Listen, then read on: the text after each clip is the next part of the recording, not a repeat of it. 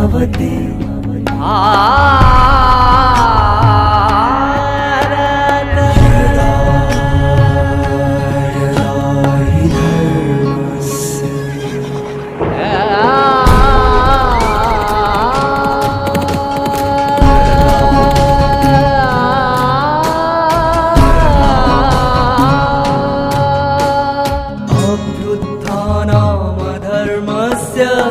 तदात्मानां सृजाम्यहं परित्राणाय साधूनां विनाशाय च दुष्कृतां विनाशाय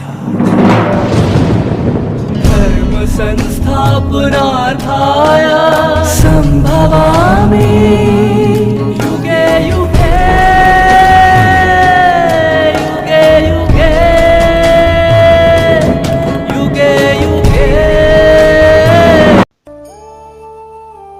எனது அனைத்து சகோதர ஆத்மாக்களுக்கும் எனது இனிய வணக்கம் மற்றும் ஓம் சாந்தி. போன வகுப்புல நாம கர்மத்தின் ரகசியங்கள் பற்றி பார்த்திருந்தோம் இல்லையா?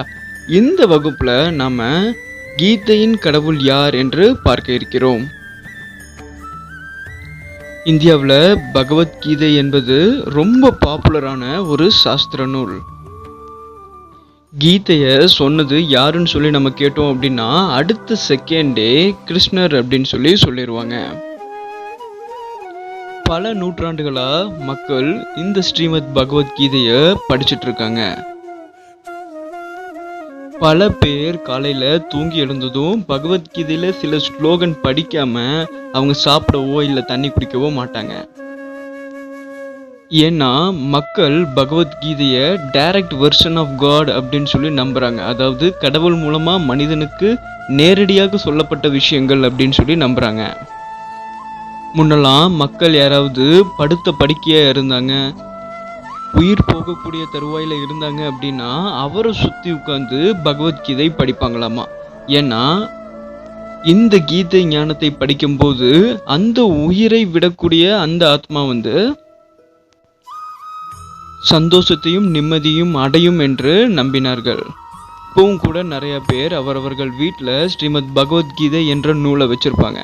எதற்காக அப்படின்னா அந்த ஒரு நூல் வீட்டில் இருந்தாலே வீட்டில் எந்த ஒரு கஷ்டமும் வராது அப்படின்னு சொல்லி நம்புறாங்க. ஸ்ரீமத் பகவத்கீதை இந்த வேர்டினுடைய அர்த்தம் என்ன அப்படின்னு சொல்லி நம்ம பார்ப்போம். ஸ்ரீமத் அப்படின்னா ஸ்ரீனா உயர்ந்தது அப்படின்னு சொல்லி அர்த்தம், மத் அப்படின்னா வழின்னு அர்த்தம். பகவத்கீதா அப்படின்னா பகவானால நேரடியாக சொல்லப்பட்ட விஷயங்கள் அப்படின்னு சொல்லி அர்த்தம். அதாவது மக்களுக்கு பகவான் நேரடியாக சொல்லக்கூடிய உயர்ந்த வழிதான் ஸ்ரீமத் பகவத்கீதை என்று சொல்லப்படுகிறது. உலகத்தில் இருக்கக்கூடிய அனைத்து வேத மற்றும் சாஸ்திர நூல்களுக்கும் பகவத்கீதை என்பது ஒரு தாயாக விளங்குகிறது. பகவான் மனிதர்களுடைய வாழ்க்கை ஒரு உயர்ந்த நிலையை அடைய வேண்டும் என்பதற்காக நேரடியாக சொல்லப்பட்டதுதான் இந்த கீதா. இப்போ நமக்கு தெரியாத ஒரு விஷயத்த யாராவது சொல்லி கொடுக்குறாங்க அப்படின்னா அவர் நமக்கு குரு இல்லையா? ஆனா இந்த கீதை ஞானத்தை பகவானே நமக்கு நேரடியாக சொல்றாரு அப்படின்னா அவர் உயர்ந்ததிலும் உயர்ந்த குருவாகத்தான் இருக்கணும், அதாவது சத்குருவாகத்தான் இருக்கணும் இல்லையா? இப்போ என்ன ஒரு கேள்வி எழுது அப்படின்னா இப்பேற்பட்ட உயர்ந்த சத்குருவா இருக்கக்கூடிய பகவானே நேரடியாக சொன்ன விஷயங்களை மக்கள் தினமும் படிச்சு அதை பின்பற்றின போதும் மக்களுடைய வாழ்க்கையில இன்னும் துக்கங்களும் துயரங்களும் போகாம இருக்கிறதுக்கு என்ன காரணம்? அவ்வளவு பக்தியோட கீதையை அவங்க படிச்சுமே அவங்க வாழ்க்கையில தொடர்ந்து ஏதாவது ஒரு பிரச்சனை வந்து கொண்டுதான் இருக்கு. அதை ஃபேஸ் பண்ண முடியாம மக்கள் கஷ்டப்பட்டுட்டு தான் இருக்காங்க. நாம இதற்கு முன்பு பார்த்தோம், இந்த உலக நாடகம் என்பது 5000 வருட காலச்சக்கரம் என்று. இந்த 5000 வருட காலத்தில் பகவான் நேரடியாக கீதா ஞானத்தை கொடுத்தது உண்மை, அதில் எந்த ஒரு மாற்று கருத்தும் கிடையாது. மனிதர்கள் கீதையை படிச்சும் அவர்கள் ஒரு விஷயத்துல இன்னும் தெளிவாகல. அந்த ஒரு விஷயத்துல தெளிவானதா இந்த கீதையினுடைய முழுமையான ஞானத்தை அவர்கள் பெற முடியும். அந்த ஒரு விஷயத்தை தெரிஞ்சுக்கிட்டு அவர்கள் கீதையை படித்தால் மட்டுமே தான் அவர்களால் இந்த வாழ்வில் அந்த உன்னத நிலையை அடைய முடியும். அது என்னன்னா, கீதை யாரால் சொல்லப்பட்டது, எப்போது சொல்லப்பட்டது மற்றும் எப்படி சொல்லப்பட்டது, இந்த 3 விஷயங்களை அவங்க புரிஞ்சுக்கிட்டா மட்டுமே தான் கீதையை படித்து தனது வாழ்வில் பின்பற்றி கொண்டிருக்கக்கூடிய அனைவரது வாழ்க்கையும் இந்த ஜென்மத்திலேயே சொர்க்கமாக அமையும். ஸோ இந்த விஷயங்களை தான் நாம் இந்த வீடியோவில் பார்க்க இருக்கிறோம். இந்த பகவத்கீதை என்கிற சாஸ்திர நூல் மகாபாரதத்தினுடைய இறுதி போரில் ஸ்ரீகிருஷ்ணர் அர்ஜுனனுக்கு சொன்னதாக நம்பப்பட்டு வருகிறது. மேலும் இந்த மகாபாரதம் நடந்த காலம் துவாபர யுகம் என்று மக்கள் நம்பி வராங்க. மேலும் பல ஆராய்ச்சியாளர்கள் என்ன சொல்றாங்க அப்படின்னா, இப்போ இருக்கக்கூடிய இந்த மகாபாரதம் என்பது இதற்கு முன்பு இருந்த அந்த ஒரிஜினல் ஃபார்ம்ல இல்லை அப்படின்னு சொல்லி கண்டுபிடிச்சிருக்காங்க. முதல்ல இருந்த மகாபாரதத்திற்கும் இப்போ இருக்கக்கூடிய மகாபாரதத்திற்கும் நிறைய மாற்றங்கள் ஏற்பட்டுள்ளதாம்.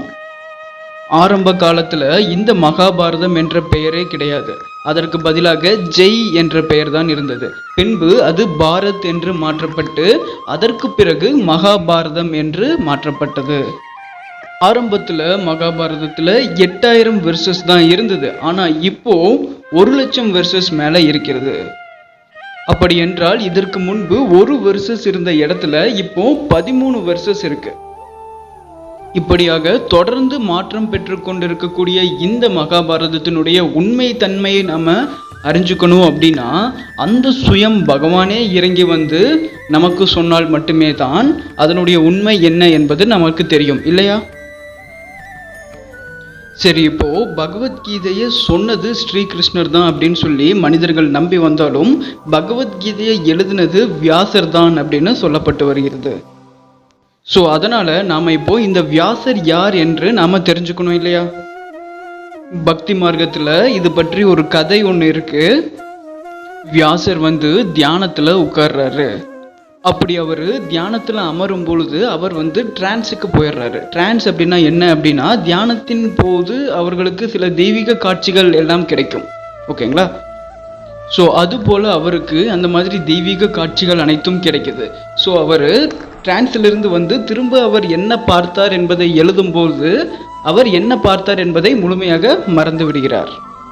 திரும்பவும் தியானத்தில் உட்கார்றாரு, திரும்பவும் டிரான்ஸ்ல போய் காட்சிகள் பார்க்கிறாரு, திரும்ப அதை எழுதலான்னு நினைக்கும் பொழுது திரும்பவும் மறந்து விடுகிறார். ஸோ இப்படியாக நடந்து கொண்டிருக்கும் போது அவர் கணேசரிடம் உதவி கேட்கிறார். அவர் என்ன சொல்றாரு அப்படின்னா, நான் டிரான்ஸுக்கு போய் என்ன காட்சிகள் வருது அப்படிங்கிறத நான் பார்த்து சொல்றேன், நான் சொல்ல நீங்க நான் சொல்றதெல்லாம் எழுதுங்க அப்படின்னு சொல்லி கணேசர் கிட்ட வியாசர் கேட்கிறார். கணேசரும் அதற்கு ஒத்துக்கிறாரு. ஆனா அவர் ஒரு கண்டிஷன் போடுறாரு. என்ன அப்படின்னா, நீங்க காட்சிகள் பார்த்து சொல்லுங்க, ஆனா நீங்க ஏதாவது ஒரு இடத்துல சொல்றதை ஸ்டாப் பண்ணிட்டீங்க அப்படின்னா நான் எழுந்து போயிடுவேன் அப்படின்னு சொல்லி கணேசர் வியாசர் கிட்ட சொல்லிடுறாரு. வியாசரும் அந்த கண்டிஷனுக்கு ஓகே சொல்லிட்டு திரும்பவும் தியானத்துல அமர்றாரு. தியானத்துல அமர்ந்ததும் டிரான்ஸுக்கு போய் இந்த மாதிரி தெய்வீக காட்சிகளை திரும்பவும் பார்க்கிறார். அதுல கிருஷ்ணர் அர்ஜுனனுக்கு உபதேசம் செய்ததாக பார்க்கின்றார். அதில் கிருஷ்ணர் அர்ஜுனனுக்கு சொன்ன உபதேசங்கள் அனைத்தும் சமஸ்கிருதத்தில் இருக்குது. ஸோ சான்ஸ்கிரிட் அப்படிங்கிறது எப்படி அப்படின்னா, அதில் ஒரு வேர்டுக்கு நிறைய அர்த்தங்கள் இருக்கும். அந்த சமயத்தில் வியாசர் இந்த உயர்ந்த ஞானத்தை கேட்டுக்கொண்டிருக்கும் பொழுது அவர் ஒரு இடத்துல நிறுத்தி அந்த ஞானத்தினுடைய உண்மை பொருளை உள்வாங்க வேண்டும். அதாவது அதை புரிஞ்சுக்கிறதுக்கு அவருக்கு கொஞ்சம் டைம் தேவைப்படுது. ஆனால் வியாசருக்கு தெரியுது, நான் இப்போ சப்போஸ் ஸ்டாப் பண்ணிட்டேன் அப்படின்னா கணேசர் எழுந்து போயிடுவார் அப்படின்னு சொல்லி. ஸோ அதனால் வியாசர் என்ன முடிவு பண்ணுறாரு அப்படின்னா, நாம் முழுமையாக பார்ப்பதை சொல்வோம், திரும்ப தியானத்திலிருந்து கலைந்ததற்கு பிறகு இதனுடைய உண்மை பொருள் என்பதை நாம் கண்டுபிடிச்சிக்கலாம் அப்படிங்கிற பிளானில் அவர் வந்துடுறாரு. ஸோ இந்த மாதிரியாக அவர் முழுமையாக சொல்லி முடித்த பிறகு அவர் எழுதியதை, அதாவது கணேசர் எழுதியதை அவர் புரிந்து கொள்ள முயற்சி செய்கின்றார். ஆனால் அவரால் உண்மையான அர்த்தத்தை புரிந்து கொள்ள முடியவில்லை. அதனால் அவர் என்ன எழுதியிருக்கிறாரோ அதை அப்படியே பகவத்கீதை என்று சொல்லி விட்டு விடுகிறார். இதற்கு பின்பு வரக்கூடிய மகான்கள் அனைவருமே பகவத்கீதையில் சொல்லியுள்ள உண்மையான கருத்துக்களை பகுத்தறிய முயற்சி செஞ்சு அவர்கள் அறிவியற்கு எட்டியவாறு சில விஷயங்களை சொல்லி சென்றுள்ளனர். உதாரணத்திற்கு ஆதி சங்கராச்சாரியார் கீதையில் சொல்லியுள்ள ஞானத்தை அவர் ஆராய்ந்து அத்வைத்தம் என்ற ஒரு புதிய கான்செப்டை அவர் கொண்டு வர்றாரு. அதில் அவர் என்ன சொல்றாரு அப்படின்னா, ஆத்மா பரமாத்மா இரண்டும் ஒன்றுதான், அதைத்தான் பிரம்மன் என்று சொல்கிறார். இந்த உலகத்தில் இருக்கக்கூடிய அனைத்து பொருட்களிலையும் அனைத்து மனிதருக்குள்ளேயும் பிரம்மன் இருக்கிறார் என்று சொல்லி வச்சிட்டாங்க. இதற்கு பிறகு மாதவாச்சாரியார் என்பவர் இந்த கீதை ஞானத்தை படித்து துவைத்தம் என்கின்ற ஒரு புதிய கான்செப்டை அவர் கொண்டு வர்றார். அதுல என்ன சொல்றாரு அப்படின்னா, ஆத்மா வேறு பரமாத்மா வேறு என்று அவர் சொல்கின்றார். அதற்கு பிறகும் ராமானுஜாச்சாரியார் என்ற ஒருவர் இந்த பகவத்கீதையை படித்து அதனை ஆராய்ந்து விசிஷ்ட அத்வைத்தம் என்ற ஒரு புதிய கான்செப்டை அவர் கொண்டு வர்றாரு. அதுல அவங்க என்ன சொல்றாங்க அப்படின்னா, ஆத்மாவானது பரமாத்மாவிலிருந்து பிரிந்து வந்தது என்று சொல்கிறார்கள். ஸோ இப்படியாக கடவுளை பற்றின வேறு கருத்துக்களை அந்தந்த சமயத்தில் வாழ்ந்த மகான்கள் பகவத்கீதையை ஆராய்ந்து சொல்லியுள்ளனர். இப்படியாக பல மாறுபட்ட கருத்துக்கள் ஒரு பகவத்கீதையிலிருந்து வந்துள்ளது. இந்த குழப்பங்களுக்கு காரணம் என்ன என்பதை நாம் தெளிவாக காண்போம். இந்த உலகத்துல வாழ்ந்து சென்ற பல மகான்களும் மகாத்மாக்களும் இந்த பகவத்கீதையில பல கேள்விகளை எழுப்பியுள்ளார்கள். உதாரணத்திற்கு சுவாமி விவேகானந்தர் பாரத் மெயின் விவேகானந்த் என்கிற ஒரு புத்தகத்துல பேஜ் நம்பர் 314 315 பகவத்கீதையை பற்றின ஒரு விஷயத்த சொல்லியிருக்கார். அதுல அவர் என்ன சொல்லியிருக்காரு அப்படின்னா, இந்த மகாபாரதத்தினுடைய முழு கதையையும் மற்றும் இந்த பகவத்கீதையும் படிக்கும்போது கிருஷ்ணருடைய பர்சனாலிட்டியில நிறைய சந்தேகங்கள் எழுது.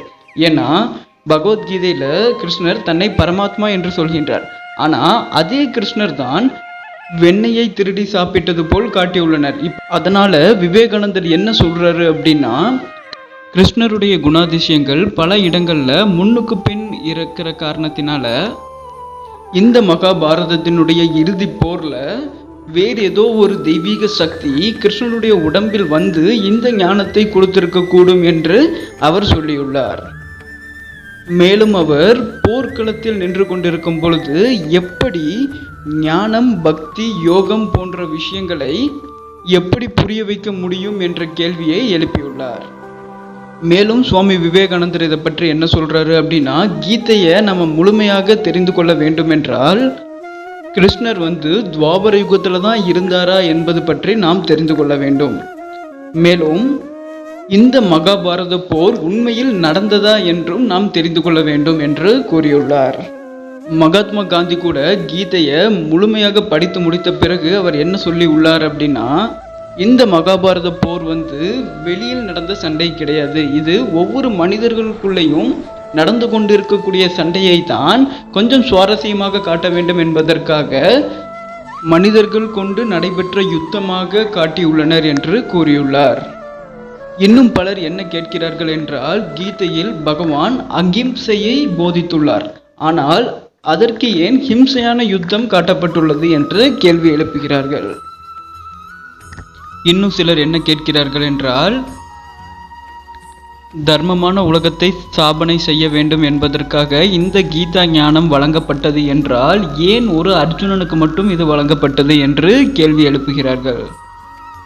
முதல்ல நாம மகாபாரதத்துல காட்டியுள்ளது போல இந்த யுத்தம் ஹிம்சையான யுத்தமா அல்லது அகிம்சையான யுத்தமா என்பதை நாம் தெரிந்து கொள்ள வேண்டும். பக்தியில கிருஷ்ணரை பரமாத்மா என்றும் பரமாத்மா ஹிம்சையான யுத்தத்தை செய்ய சொன்னார் என்றும் காட்டியுள்ளனர். நாம இதற்கு முன்பு பார்த்த வகுப்புகளிலே சொல்லியுள்ளோம், பரமாத்மா சிவன் என்று. பரமாத்மா கிருஷ்ணர் கிடையாது. கிருஷ்ணர் சத்யுகத்தினுடைய முதல் தேவதை. பரமாத்மா என்றாலே அனைத்து ஆத்மாக்களுக்கும் தந்தை என்று பொருள். தந்தையே எப்படி குழந்தைகளை ஹிம்சையான யுத்தம் செய்ய சொல்வாரு? கலியுகத்துல பிறந்த மகாத்மா காந்தியே ஹிம்சையான வழியை தேர்ந்தெடுக்காம அகிம்சை என்ற வழியில் நடந்து சுதந்திரம் பெற்று தந்த பொழுது அனைவரை விடவும் உயர்ந்த பரமாத்மா எப்படி ஹிம்சையான யுத்தத்தை போதிப்பார்? இது சிந்திக்க வேண்டிய விஷயம் இல்லையா? மேலும் ஒவ்வொரு மதத்தையும் ஸ்தாபனை செய்த மத தலைவர்கள் அனைவருமே, அது ஜீசஸாக இருக்கட்டும், இப்ராஹிமாக இருக்கட்டும் அல்லது புத்தராக இருக்கட்டும், அனைவருமே அகிம்சையைத்தான் போதித்து சென்றுள்ளார்கள். யாருமே ஹிம்சையான யுத்தம் செய்ய வேண்டும் என்று ஒரு பொழுதும் சொல்லவில்லை. அப்படி இருக்க பரமாத்மா எப்படி ஹிம்சையான யுத்தம் செய்ய சொல்வார்? பகவத்கீதையில 6வது சாப்டர்ல 46வது ஸ்லோகன்ல கிருஷ்ணர் அர்ஜுனன் கிட்ட ஒரு விஷயம் சொல்றார். அது என்ன அப்படின்னா, அர்ஜுனா, நீ ஒரு யோகியாக மாற வேண்டும். ஏன்னா யோகிதான் அனைவரையும் விடவும் உயர்ந்தவர் என்று சொல்கின்றார். அதே பகவத்கீதையில 18வது சாப்டர்ல 53 மற்றும் 54வது ஸ்லோகன்ல கிருஷ்ணர் அர்ஜுனன் கிட்ட சொல்கின்றார், ஒரு யோகி மட்டுமே தான் என்னுடன் நெருக்கமாக இருக்க முடியும். ஒரு யோகியினுடைய குணாதிசயங்கள் எப்படி இருக்கும் என்று அர்ஜுனனுக்கு புரிய வைக்கின்றார். யோகியானவர் எப்பொழுதும் ஒருபொழுதும் யாருக்கும் எந்த துன்பமும் கொடுக்க மாட்டார். அவர் அனைவரிடமும் நட்பு பாராட்டுவார். மேலும் அவர் சதா நிம்மதியாகவும் மகிழ்ச்சியாகவும் இருப்பார் என்று கிருஷ்ணன் அர்ஜுனனுக்கு புரிய வைக்கின்றார். ஸோ இப்போ நாம பார்த்த இந்த 2 ஸ்லோகன்லையுமே கிருஷ்ணன் அர்ஜுனனுக்கு சொல்கிறார், அர்ஜுனா, நீ ஒரு யோகியாக ஆக வேண்டும் என்று. அதன் பின்பு சொல்கிறார், யோகியானவர் யாருக்கும் எந்த துக்கமும் கொடுக்க மாட்டார். அதாவது அவர் வயலன்ஸை கையில் எடுக்க மாட்டார் என்று சொல்கின்றார்.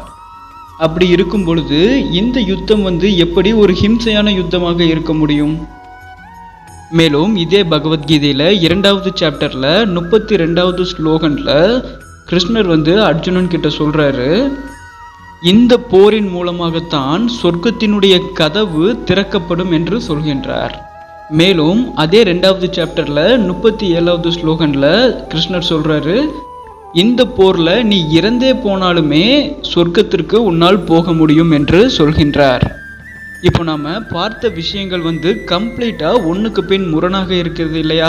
முதல்ல கிருஷ்ணர் அர்ஜுனன் கிட்ட சொல்றாரு, நீ யோகியாக வேண்டும் என்று. யோகியானவன் அகிம்சையான வழியில் தான் செல்வார் என்று. ஆனால் அதே கிருஷ்ணர் நீ போர் செய்ய வேண்டும் என்று சொல்கின்றார். ஸோ இதனுடைய அர்த்தம் என்ன என்பதை கலியுகத்தினுடைய இறுதியில் பரமாத்மா சிவன் நமக்கு புரிய வைக்கின்றார். இந்த பகவத்கீதையில் போர் என்று சொல்லப்பட்டது ஹிம்சையான போர் கிடையாது. இது ஒரு அகிம்சையான போர். எப்படி இது அகிம்சையான போர் என்றால், பரமாத்மா சிவன் சொல்கின்றார், நீங்கள் உங்களுக்குள் இருக்கக்கூடிய மோசமான விகாரமான காமம், கோபம், பேராசை, பற்று, அகங்காரம் ஆகிய இவற்றை அழிக்க வேண்டும் என்று. இந்த மோசமான விகாரத்தினோடு நீங்கள் ஞானம் என்ற வாள் கொண்டு போர் செய்ய வேண்டும் என்று பரமாத்மா சிவன் சொல்கின்றார். இதைத்தான் பக்தி மார்க்கத்துல கீதையில ஹிம்சையான போராக காட்டிவிட்டனர். ஸோ எதற்காக பரமாத்மா சிவன் கலியுகத்தினுடைய இறுதியில இந்த ஞானத்தை அவரது குழந்தைகளுக்கு கொடுக்கின்றார்? ஏனென்றால் சொர்க்கத்தை ஸ்தாபனை செய்ய வேண்டும் என்பதற்காக. சொர்க்கம் எப்போது ஸ்தாபனையாகும்? இங்குள்ள ஆத்மாக்கள் இந்த காமம், கோபம், பேராசை, பற்று, அகங்காரம் ஆகிய தீய குணங்களை விடுத்து அவர்கள் தூய்மையானால் மட்டுமே தான் சொர்க்கம் ஸ்தாபனையாகும். ஸோ அதனால தான் நம்ம முன்பு பார்த்த பகவத்கீதையினுடைய 2வது சாப்டர்ல 32வது ஸ்லோகன்ல இந்த போர் நீங்கள் செய்தால் மட்டுமே தான் சொர்க்கத்தின் கதவு திறக்கும் என்று சொல்லப்பட்டுள்ளது. மேலும் இந்த போரில் நீ இறந்தே போனாலும் உனக்கு சொர்க்கம் கிடைக்கும்னு ஏன் சொல்லப்பட்டது என்றால், ஆத்மா கொடுக்கக்கூடிய இந்த ஞானத்தை 800 கோடி ஆத்மாக்கள்ல வெறும் 33 கோடி ஆத்மாக்கள் மட்டும்தான் எடுத்துப்பாங்க. அந்த 33 கோடி ஆத்மாக்கள்லையும் வெறும் 9 லட்சம் பேர் மட்டும்தான் இந்த காமம், கோபம், பேராசை, பற்று, அகங்காரம் ஆகியவற்றை முழுமையாக வெல்வார்கள். மீதமுள்ளவர்கள் இந்த விகாரத்தினுடன் நடக்கக்கூடிய போரில் தோற்று விட்டாலும் கூட அவர்கள் பரமாத்மாவை அறிந்து கொண்ட காரணத்தினால் அவர்களுக்கு சொர்க்கத்தில் இடம் கிடைக்கும். ஸோ இதன் மூலம் என்ன தெரிய வருகிறது? கீதையில் சொல்லியுள்ளது ஹிம்சையான யுத்தம் கிடையாது, அது ஒரு அகிம்சையான யுத்தம் என்று. அடுத்ததாக கீதையை சொன்னது யார் என்று பார்ப்போம். பக்தி மார்க்கத்தில் கீதையை சொன்னது கிருஷ்ணர் என்று சொல்லிவிட்டார்கள். ஆனால் உண்மையில் கீதா ஞானத்தை கொடுத்தது பரமாத்மா சிவன். இதை நாம சில ஆதாரங்களுடன் பார்ப்போம். கீதையில கிருஷ்ணர் சொல்லியிருக்கார், என்னுடைய பிறப்பு தெய்வீகமான பிறப்பு என்று. ஆனால் பாகவதத்துல கிருஷ்ணருடைய பிறப்பை பற்றி நாம் பார்க்கும் பொழுது அது தெய்வீகமான பிறப்பு போல் தெரியாது. பாகவதத்துல வாசுதேவருக்கும் தேவகிக்கும் பிறந்த 8வது குழந்தை தான் கிருஷ்ணர் என்று குறிப்பிட்டிருக்காங்க. அந்த சமயத்துல தேவகியுடைய அண்ணா கம்சர் என்று ஒருவர் இருந்தார். அவர் தீய குணங்கள் உடையவர். ஒரு நாள் கம்சருக்கு தெரிய வருகிறது, வாசுதேவருக்கும் தேவகிக்கும் பிறக்கக்கூடிய 8வது குழந்தை என்னை கொன்றுவிடும் என்று. அதனால் அவர் என்ன செய்கிறார் என்றால் வாசுதேவரையும் தேவகியையும் சிறை வைக்கின்றார். அவர்களுக்கு பிறக்கக்கூடிய அனைத்து குழந்தைகளையும் கம்சர் கொன்று விடுகின்றார். 8வதாக கிருஷ்ணர் பிறக்கும் பொழுது வாசுதேவர் கிருஷ்ணரை எடுத்துக்கொண்டு சிறையிலிருந்து தப்பித்து விட்டார். இதனை அறிந்த கம்சர் அந்த ஊரில் பிறந்த அனைத்து குழந்தைகளையும் கொன்றுவிட வேண்டும் என்று ஆணை பிறப்பிக்கின்றார். ஸோ பாகவதத்துல சொல்லப்பட்டுள்ள கிருஷ்ணருடைய இந்த கதை தெய்வீக பிறப்பு போல் தெரியாது. அப்போ பகவத்கீதையில பரமாத்மா என்னுடைய பிறப்பு தெய்வீகமானது என்று எதை குறிப்பிட்டார்?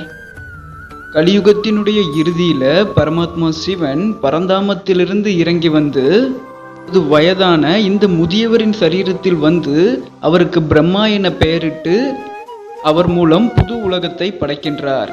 பரமாத்மாவினுடைய இந்த பிறப்பு தான் தெய்வீகமான பிறப்பு. பகவத்கீதையில கிருஷ்ணர் அர்ஜுனனுடைய ரதத்துல தேரோட்டியாக காட்டப்பட்டுள்ளதற்கான காரணம், பரமாத்மா சிவன் இந்த பிரம்மாவின் உடல் என்ற ரதத்துல அவர் பிரவேசமான காரணத்தினால்தான் கீதையில அந்த மாதிரி காட்டிவிட்டனர். பரமாத்மா சிவன் சொல்றாரு, நான் யாராக இருக்கின்றேன், நான் எப்படி இருக்கின்றேன் என்று இந்த உலக மக்கள் யாருக்குமே தெரியாது என்று சொல்கின்றார். இதைத்தான் பகவத்கீதையில 9வது சாப்டர்ல 24வது ஸ்லோகன்ல குறிப்பிட்டிருக்காங்க. மேலும் பகவத்கீதையில 10வது சாப்டர்ல 2வது ஸ்லோகன்ல பரமாத்மா சொல்றாரு, நான் எப்போது இந்த பூமிக்கு வருவேன் என்று எந்த ஒரு சாது சன்னியாசிகளுக்கும் தெரியாது, எந்த ஒரு தேவதைகளுக்கும் தெரியாது என்று சொல்கின்றார். ஸோ இதன் மூலம் நம்ம என்ன தெரிஞ்சுக்கலாம் அப்படின்னா, கடவுள் சர்வ வியாபி கிடையாது என்று நாம் தெரிஞ்சுக்கலாம். எப்படி என்றால், இந்த ஸ்லோகன்ல நான் எப்போது வருவேன் என்று யாருக்கும் தெரியாது என்று பகவான் சொல்கின்றார். வருவேன் என்றால் வேறொரு இடத்திலிருந்து தான் இங்கு வர முடியும் இல்லையா? வேறொரு இடத்திலிருந்து இங்கு வரக்கூடியவர் எப்படி அனைத்து பொருட்களிலும் இருக்க முடியும்? ஸோ அதனால பகவத்கீதையில் சொல்லி உள்ளது போல கடவுள் சர்வ வியாபி என்கின்ற ஒரு கருத்து பொய்யானது என்று இதன் மூலம் தெரிகிறது இல்லையா? இதுவரைக்கும் நம்ம என்ன பார்த்திருக்கோம்? இந்த பகவத்கீதை ஹிம்சையான யுத்தம் கிடையாது, இது ஒரு அகிம்சையான யுத்தம் என்று பார்த்தோம். அடுத்ததாக இந்த பகவத்கீதையை சொன்னவர் கிருஷ்ணர் கிடையாது, சொன்னது பரமாத்மா சிவன் என்று பார்த்தோம். இப்பொழுது நாம இந்த பகவத்கீதை எப்போது சொல்லப்பட்டது என்று பார்க்க இருக்கிறோமா? பக்தி மார்க்கத்துல இந்த பகவத்கீதை துவாபர யுகத்தில் சொல்லப்பட்டதாக நம்பி வராங்க. பகவத்கீதையில 4வது சாப்டர்ல 7வது ஸ்லோகன்ல கிருஷ்ணர் சொல்கின்றார், யதா யதா ஹி தர்மஸ்ய கிளானேர் பவதி பாரத அப்யுத்தானம் அதர்மஸ்ய ததாத்மானம் ஸ்ருஜாம்யகம். அதாவது எப்போதெல்லாம் இந்த உலகத்துல அதர்மம் தலைவிரிக்குதோ அப்பொழுதெல்லாம் தர்மத்தை ஸ்தாபனை செய்வதற்காக நான் இந்த பூமிக்கு வருகின்றேன் என்று சொல்கின்றார். அப்படி என்றால் மகாபாரத போர் அந்த சமயத்தில் நடந்திருந்தது என்றால் அதர்மம் அழிக்கப்பட்டிருக்க வேண்டும், தர்மம் ஸ்தாபனை செய்யப்பட்டிருக்க வேண்டும். தர்மம் இங்க ஸ்தாபனை செய்வது என்றால் சொர்க்கம் வந்திருக்க வேண்டுமா? ஆனால் நம்ம அனைவருக்குமே தெரியும், துவாபர யுகம் முடிந்த பிறகு மோசமான கலியுகம் தான் வந்தது என்று. ஸோ இதிலிருந்து நமக்கு என்ன தெரியுது என்றால், மகாபாரத போர் துவாபர யுகத்துல நடக்கல. அப்போ போர் எப்போ நடந்தது இல்லை, இனிமேல தான் நடக்க போகுது. இந்த கலியுகத்தினுடைய 3ஆம் உலக போரை தான் மகாபாரத யுத்தம் என்று காட்டியுள்ளனர். வேதங்கள் மற்றும் சாஸ்திரங்கள்ல சொல்லப்பட்ட விஷயங்கள் அனைத்துமே நடந்த விஷயங்கள் கிடையாது, இனி நடக்க போற விஷயங்களை முகமாக முன்கூட்டியே சொன்ன விஷயங்கள் தான். ஸோ இதன் மூலம் என்ன தெரிய வருகிறது என்றால், இந்த கீதா ஞானம் துவாபர யுகத்தில் கொடுக்கப்பட்டதல்ல. இந்த கீதா ஞானம் கலியுகத்தினுடைய இறுதியில் பரமாத்மா சிவன் பரந்தாமத்திலிருந்து இறங்கி இந்த பிரம்மாவின் உடலை ஆதாரமாக எடுத்து கொடுக்கப்பட்ட இந்த கீதை தான் உண்மையான பகவத்கீதையாகும். பரமாத்மாவினுடைய உண்மையான கீதா ஞானத்தை தான் இந்த ஈஸ்வரிய விஸ்வ வித்யாலயத்தில் வழங்கப்பட்டு வருகிறது. இந்த கீதா ஞானத்தை தான் முரளி என்று சொல்லப்படுகின்றது. இது பரமாத்மா சிவனால் 1936 இருந்து 1969 வரை பிரம்மாவின் சரீரத்தை ஆதாரமாக எடுத்து சொல்லப்பட்டது. 1969ஆம் ஆண்டு ஜனவரி 18ஆம் தேதி இந்த பிரம்மா சம்பூர்ண தன்மையை அடைந்து விட்டார். அவர் இந்த பழைய உடலை விட்டு சூட்சும வதனம் சென்று விட்டார். அவருடைய காலத்தில் பரமாத்மா சிவன் சொல்லப்பட்ட ஞானத்தை தான் சாக்கார் முரளி என்று சொல்லப்படுகின்றது. அதற்கு பிறகு 1969 முதல் 2017 வரை பரமாத்மா சிவன் மற்றும் சம்பூர்ண தன்மை அடைந்த பிரம்மா இருவரும் சேர்ந்து தாதி குல்ஜார் என்பவரின் சரீரத்தில் பிரவேசமாகி இந்த கீதா ஞானத்தை வழங்கி வந்தார். இதனையே அவ்யக்த முரளி என்று சொல்லப்படுகின்றது. இந்த கீதையினுடைய உண்மையான சாரமே தன்னை இந்த அழியக்கூடிய உடல் அல்ல, தன்னை ஒரு ஆத்மா என புரிந்து தனது தந்தையாகிய பரமாத்மா சிவனை நினைவு செய்து தேகம் மற்றும் தேகத்தின் அனைத்து சம்பந்தங்களையும் மறந்து நமது மோசமான விகாரங்களான காமம், கோபம், பேராசை, பற்று, அகங்காரம் அனைத்தையும் வென்று பரமாத்மாவிற்கு சமமான அந்த உன்னத நிலையை அடைவதற்கே இந்த கீதா ஞானம் வழங்கப்பட்டு வருகிறது. ஸோ இந்த வீடியோவில் நாம் இந்த கீதா ஞானம் யாரால் வழங்கப்பட்டது, எப்போது வழங்கப்பட்டது மற்றும் எப்படி வழங்கப்பட்டது என்ற ரகசியத்தை பார்த்தோம். ஸோ அடுத்த வீடியோவில் நாம் நம் வாழ்க்கையினுடைய உண்மையான லட்சியம் மற்றும் குறிக்கோள் என்ன என்பதை பார்ப்போமா. மேலும் அந்த லட்சியத்திற்கு தடையாக இருக்கக்கூடிய மிகப்பெரிய எதிரி யார் என்பதையும் பார்ப்போமா. அதன் கூடவே இந்த ராஜயோக தியானத்தின் மூலம் நாம் அடையக்கூடிய அஷ்ட சக்திகள் என்னென்ன என்பதை பற்றியும் தெளிவாக பார்ப்போமா. இந்த வீடியோவை உங்கள் நண்பர்கள், உறவினர்கள் அனைவருக்கும் ஷேர் செய்யுங்கள். இதன் மூலம் உண்மை என்ன என்பதை அவர்களும் அறியட்டோமா. இந்த வீடியோவை பார்த்த அனைத்து நல்ல உள்ளங்களுக்கும் எனது இனிய வணக்கம் மற்றும் ஓம் சாந்தி.